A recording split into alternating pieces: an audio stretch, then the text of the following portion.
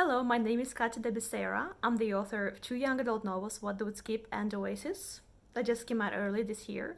And I'm very excited to be here today because I get to talk to you about querying and some common mistakes that I see aspiring writers do while querying agents. My experience, aside from being an author myself who had to in the past look for an agent by sending queries, comes from being a mentor with First 5 Pages, which is an online workshop for writers. We specialize in young adult and middle grade books, and anybody can apply, and people get assigned two mentors who are authors or agents, and we get to critique their submission, which are first 5 pages of their manuscript and their query pitch. So over the course of the couple of years that I've been doing this mentorship role, I came across 5 common mistakes that I see aspiring writers do in their queries, and I wanted to share them with you today. So I'll get straight to it, and there could be other mistakes that exist, but I'll talk to the ones that I myself in my experience saw the most frequently. So mistake number 1 is not starting in the right place. So think of it this way: query is the first thing that your agent, a potential agent, will see. You need to make sure that you capture their attention, you don't waste any time, you don't waste any lines or words on something that's not important, and you need to be very effective in that way. So what's the right place? I would say, because my experience comes from young adult and middle grade books, I would say the right place is to start with your main character. So who is your protagonist? What kind of reality do they inhabit? What is their context? So start with that and tell us about something exciting or something weird or challenging that happens to them, something that propels this story, this manuscript into action. So one thing that I see authors do quite a lot is starting with a hypothetical question. Personally, it's a bit of a pet peeve for me. I really don't like them because I think they distract from the point of your book. So I wouldn't recommend you starting with, what would you do if today you woke up and you realized you were a werewolf? Don't start with that. That's kind of generic. So just go straight to the point and start with your protagonist. Another thing that I see, so it's a bit of a technical thing, but another mistake that authors do, that's mistake number 2, not including all the required information about the type of book that you're querying.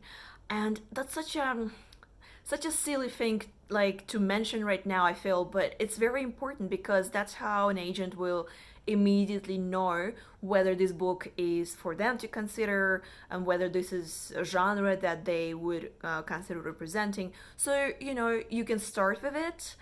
Your query, you can start by saying, I'm approaching you because I would like you to read my book. That's a science fiction young adult novel, complete at 90,000 words, and these are my comp titles. So these are competitive titles, comparison titles that you make to other books that have been written in the same genre. So that's something that's worth including. That's mistake number 2, not including that information, which could appear in the beginning or in the end of your query. Now, mistake number 3, and this is a bit of a harder one to describe, but it's being too generic, basically. The interesting thing about you and your work is something that only you can give. It's sort of like, what is the unique thing about your book? Is this the world? Is this the character that's in unique circumstances, or something unique about themselves? So give more information, give more interesting detail rather than being too generic. Often I see queries that are technically good, and they talk about something like, the main character comes across a murder, and then they go about solving this murder. They find some clues, and then they solve the murder. The end. Well, okay, that gives me an idea about the genre and the type of story and the type of plot, but that's not what the query is for. That's kind of what maybe synopsis is for, where you go step by step or something, technically describing what happens in the book. But query is designed to capture the attention of an agent. So think about being as creative as you can in describing this world, this character, fleshing it out with details and interesting word choices, because this gives a flavor of what the manuscript is like. So your query, the voice of your query, the narrative voice, kind of ideally should give some indication of what the character is going to be in a manuscript. So that's something that, being not specific enough is a mistake that I see. Now, another one is, that's mistake number 4. Kind of what I mentioned briefly is before, is mixing query with synopsis. So different things. Some agents ask for both.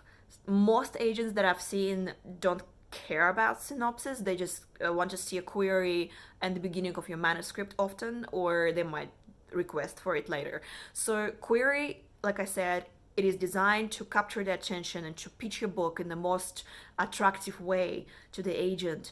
So entice them with a story, entice them with a hook, something interesting that happens. And synopsis is more kind of technical, where you go step by step and describe every single important thing that characters go through, decisions that they make, other characters that they meet. And often I see that authors try to combine two of those into one, and that kind of becomes a very chunky, very big, very bloated query that is just sometimes even just boring, like, to read at it. And it's not, not the most engaging way to present your book. So query, synopsis, different things. Query is more about pitching your work in the best possible way. Now, and the last one, the mistake number 5. When the first one was not starting in the right place, so the last one that I want to talk about is not ending in the right place. So it's very important to end your query in a way that makes it absolutely impossible for agent to ignore you. You want to really entice them. You want to really hook them with your premise and with what happens next. So that's the difference. And it goes back to synopsis versus query. Synopsis, in the end, you give away everything. You give away the ending of your book. Yes, you have to do it. In query, you don't have to give away the ending. You have to end the query in a way that makes the agent want to read your book. So often, my advice that I give very often to writers is to end with stakes. So what's at stake? Think of it in terms of your main character's journey. What is it they want? What do they want to achieve in the end of this book?